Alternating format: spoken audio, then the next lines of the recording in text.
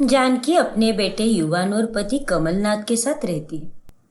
जानकी सिर्फ स्वदेशी वस्तुओं का ही वापर करती है और शुद्ध शाकाहारी खाना ही खाती है। एक दिन उसका बेटा युवान एक चाइनीज लड़की सूजी के साथ शादी करके घर आता है। एक चाइनीज लड़की को अपनी बहू देख जानकी को एकदम से 440 वोल्ट का झटका लगता है। अरे मोरी मैया, ये क्या कर दिया तूने युवान बेटा। अरे पूरे भारत देश की लड़कियां क्या एक साथ राखी बांधने आ गई थी क्या तुझे, जो तूने इस नास पीटी चीनी आइटम से शादी की। माँ, ये कोई चीनी आइटम नहीं है, ये मेरी चाइनीज बीवी सूजी है। ये है चाइनीज लेकिन दिल से पूरी हिंदुस्तानी है। नमस्ते चाचू माँ। चचुर जी, मेरा नाम सूजी है और मैं हूँ आपकी बहू। आशीर्वाद दे दो। युवान, तुझे पता है ना, मुझे चीनी वस्तुओं से सख्त नफरत है।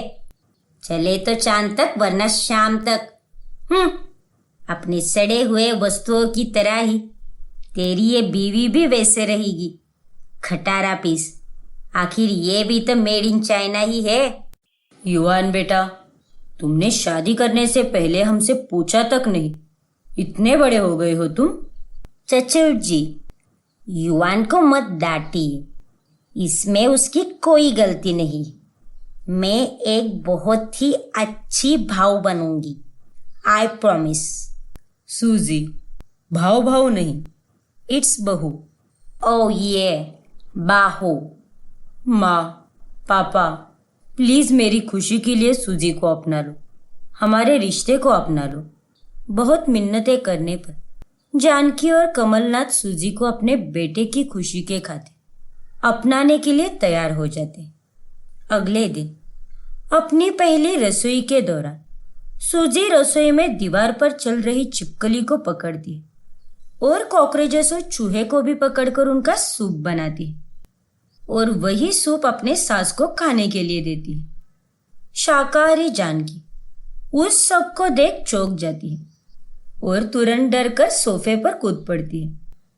अरे ये पागल छोकरी, तेरी हिम्मत कैसे हुई ये सब पकाने की। अरे आज तक इस घर में किसी ने मांसाहारी खाने का जिक्र तक नहीं किया, और तू चुड़ैल, तूने मांसाहारी खाना पका भी दिया। कल मोई कही की। लेकिन चाचू माँ, आप ऐसे क्यों डर रही है, जैसे कि आपने कोई भूत देख ली। उतर जाओ नीचे।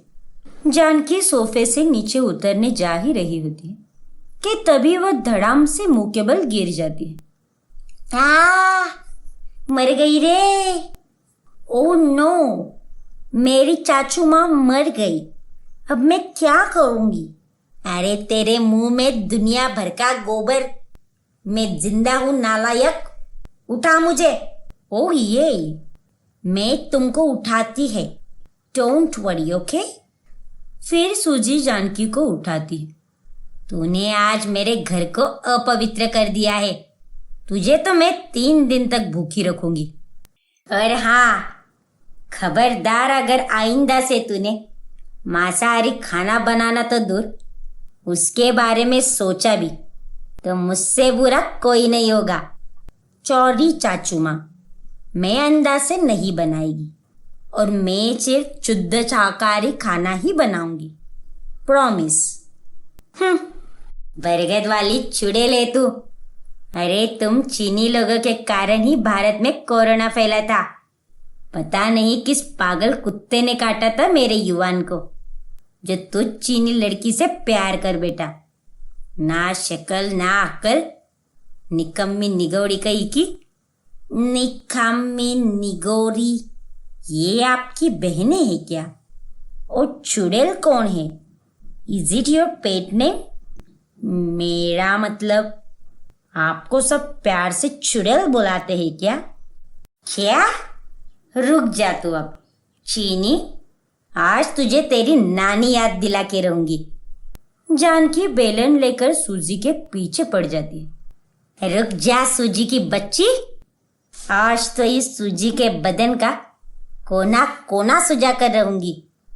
Help help. अपनी सास के खौफ से अब चाइनीज बहू सूजी साड़ी पहनकर पूजा पाठ करने लगती है और साथ ही भारतीय खाना बनाने की कोशिश भी करती है, लेकिन उससे वो खाना बन ही नहीं पाता। इसीलिए वो चाइनीज मोमो और चाइनीज नूडल्स बनाती है, जिसे देख सास और भी ज्यादा गुस्सा करती है। ओ मोरी मैया, अरे ओ खटारा माल, तुझे 100 बार समझाया है, फिर भी तेरे पल्ले नहीं पड़ती मेरी बातें। ये क्या केंचुए ला दिए है, और ये क्या है? मोमोज खोमोज, तू ही ठूस इस गंदगी को, बेल बुद्धि कही की। लेकिन चाचू माँ, ये तो शाकाहारी ही है। बेल बुद्धि, बुद्धि तो आप हो, मैं तो जवान हूं। इसके मतलब ये हुई कि आप खुद को बेल बुद्धि बोल रही है। अरे ओ पगले टोरत, चल फूट यहाँ से। मैं तो फंस गई हूँ इस चीनी चुड़ैल के साथ। हे भगवान, अब तू ही मुझे बचा सकता है। सूजी की टूटी फूटी मजाकिया हिंदी से मोहल्ले में सभी अब जानकी का मजाक उड़ाने लगते हैं, जिससे जानकी का माथा और भी ज्यादा गर्म हो जाता है। एक दिन जानकी के घर पर उसकी सहेलियां आने वाली होती है। सूजी, मैं तुझे पहले ही वार्निंग दे रही हूँ, मेरी सहेलियों के सामने तू अपनी ये बंदरिया जैसी शक्ल लेकर नहीं आएगी, समझी तू? ठीक है चाचू माँ, मैं नहीं आएगी। जानकी अकेली ही एक प्रकार की डिश बनाती है और उसकी सहेलियां आने पर वो परोसती है। उस एक डिश को देखकर सहेलियां कहती हैं, क्या रे जानकी, कितनी कंजूस मक्खी चूस है रे तू। अरे पैसे बचा बचा कर कौन सा ताजमहल बांधने वाली है। हमारे घर आती है तब तो ठूस ठूस कर खाती है, और तेरे घर आने के बाद हमें बस एक ही पदार्थ दे रही है। वो दरअसल। तभी वहां पर सूजी आती है। वो सबको चाइनीज मोमोज और चाइनीज नूडल्स परोसती है। किसने कही कि मेरी चाचू माँ कंजूस है? ये देखिए, मैंने आप लोगों के लिए ये सब बनाई है, बढ़िया है ना? अरे वाह सूजी, ये चाइनीज खाना तो बहुत ही लाजवाब है। जानकी, तू तो बड़ी ही भाग्यशाली है जो तुझे ये चाइनीज बहू मिली। हमारी बहुएं तो भारत में रहकर भी विदेशी औरतों जितना घमंड करती है, और इसे देखो, विदेशी होकर भी कितनी भोली और संस्कारी है। जीती रहो बेटा। धनिया का वाद। अरे बेटा, वो धनिया का वाद नहीं, धन्यवाद होता है। Oh sorry. वही काकी जी। सब जाने के बाद जानकी सूजी से माफी मांगती है। सूजी बहू, शायद सब सही कह रहे थे, मैं ही गलत हूँ जो तुझे दिन रात चीनी होने के लिए ताने कसती रहती हूँ। तू चाहे चीनी हो या भारतीय, तू है तो एक इंसान ही, और सच में तू दिल की बड़ी ही साफ है रे। सॉरी, माफ कर दे अपने चाचू माँ को। अरे चाचू माँ, आप माफी मत मांगे, आप तो हुक्का मांगिए। क्या? हुक्का? आई मीन हुक्कुम, हुक्कुम करिए। अच्छा, चल अब हम दोनों साथ में बैठकर वो मोमोज और नूडल्स खाते हैं। जानकी अपनी चाइनीज बहू को आखिर में अपना ही लेती है और दोनों एक साथ खुशी से रहने लगती है। रोमा अपने बेटे विराज और बहू गोपी के साथ रहती है।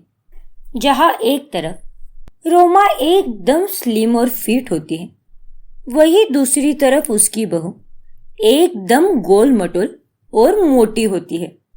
जब रोमा ने विराज और गोपी की शादी कराई थी, तब गोपी पतली थी, लेकिन धीरे धीरे शादी के बाद वो मोटी होती गई।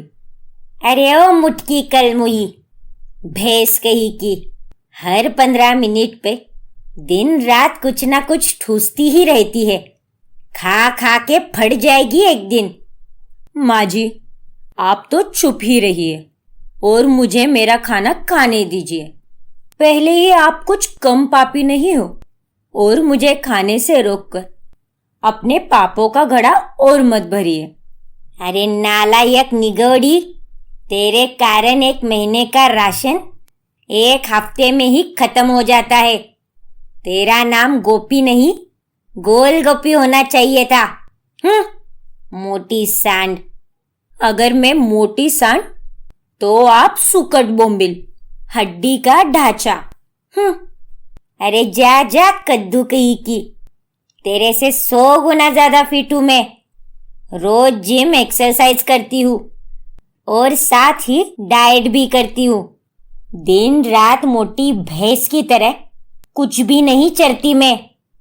गोपी और रोमा दोनों के बीच दिन रात कोल्ड वॉर ही चलता रहता। समय के साथ गोपी और भी मोटी हो जाती है। उसे देखकर मोहल्ले वाले रोमा को कहते हैं, अरे वो देखो रोमा, तुम्हारी गेंडी जा रही है। पहले तो एकदम हिरन थी, लेकिन कब हिरन से हाथी बन गई कुछ समझा ही नहीं। मेरी बहू तो एकदम हूर की परी है, स्लिम और सेक्सी। बड़ी अफसोस की बात है, सास इतनी पतली और बहू हिप्पोपोटामस जैसी मोटी। रोमा को अपने बहू के कारण बहुत शर्मिंदगी महसूस होती है। एक रोज जब विराज घर में नई चेयर लाता है, तभी गोपी उस पर बैठती है और तभी वो चेयर धड़ाम से टूट जाती है। अरे नहीं, अरे गोल मुखी चुड़ैल, मोटी भैंस कहीं की, इतनी महंगी चेयर थी, तोड़कर चकनाचूर कर दिया तूने तो। सॉरी माँ जी, मैंने जानबूझकर नहीं तोड़ा, गलती से मिस्टेक हो गई। तुमसे तो बस गलती से ही सारी मिस्टेक्स होती रहती है गोपी। तुम्हारे मोटापे के कारण घर में रोजाना कुछ ना कुछ गड़बड़ होती रहती है। और नहीं तो क्या। अरे कितने अरमान सजा कर लाए थे इस गोपी बहू को। किसे पता था कि ये इतनी मोटी हो जाएगी और हम सबके अरमानों पर पानी फेर देगी। फिर एक रात जब विराज और गोपी अपने कमरे में सो रहे होते हैं, तभी गोपी नींद में ही विराज को बेड से नीचे गिरा देती है। गोपी, गोपी, हाँ गोपी, क्या हुआ? कौन सी चुड़ैल देख ली जो इतना गला फाड़कर चिल्ला रहे हो? मुझे चुड़ैल को देखने के लिए सपना देखने की जरूरत नहीं है, क्योंकि चुड़ैल तो साक्षात मेरे सामने ही है। अरे गोपी, अपने मोटापे को जरा कम कर लो, वरना एक दिन तुम्हारे इस वजन के तले घुट घुट कर मैं तो मर ही जाऊंगा। ज्यादा बकवास मत करो विराज, वरना मैं तुम्हें फूंक मारूंगी ना तो तुम वहां दूर कहीं उड़कर जा गिरोगे। रोमा अब अपनी बहू के मोटापे को कम करने के लिए उससे दिन रात ढेर सारा काम कराती है और उसका खाना भी कम कर देती है, और इस वजह से गोपी को बहुत गुस्सा आता है। इस बाम्बू की लकड़ी जैसी बुढ़िया को तो अब मैं सबक सिखाऊंगी। मेरे खाने पीने और जीने पर पाबंदियां लगा रही है ना तू, रुक अब।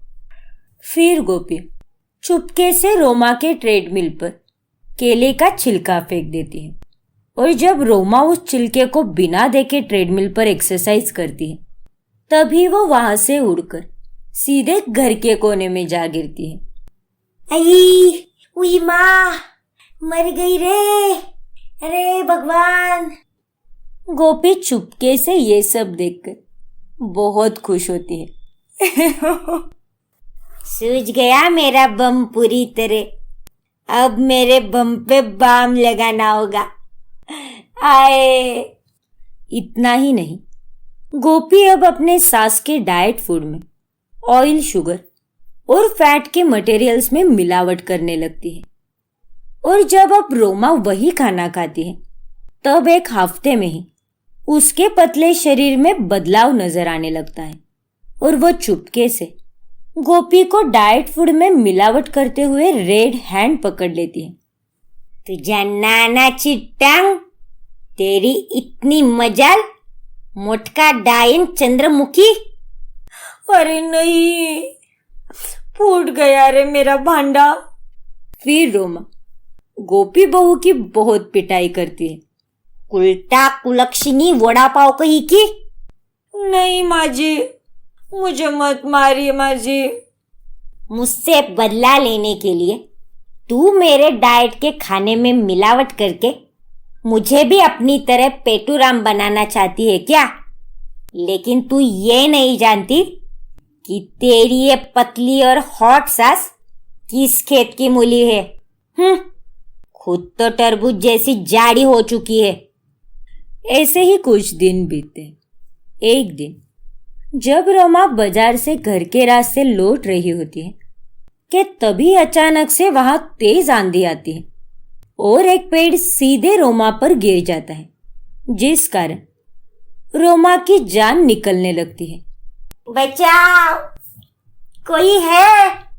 बचाओ मुझे, मैं यहाँ फंस गई हूँ पेड़ के नीचे, कोई है? तभी अचानक से गोपी को अपनी सास की आवाज सुनाई देती है और वो उसको बचाने के लिए वहां तुरंत पहुंच जाती है। ओ तेरी माँ जी, ये आप इस पेड़ के नीचे कैसे दब गई? वो सब छोड़ बहू, और तू पहले मुझे यहाँ से बाहर निकाल।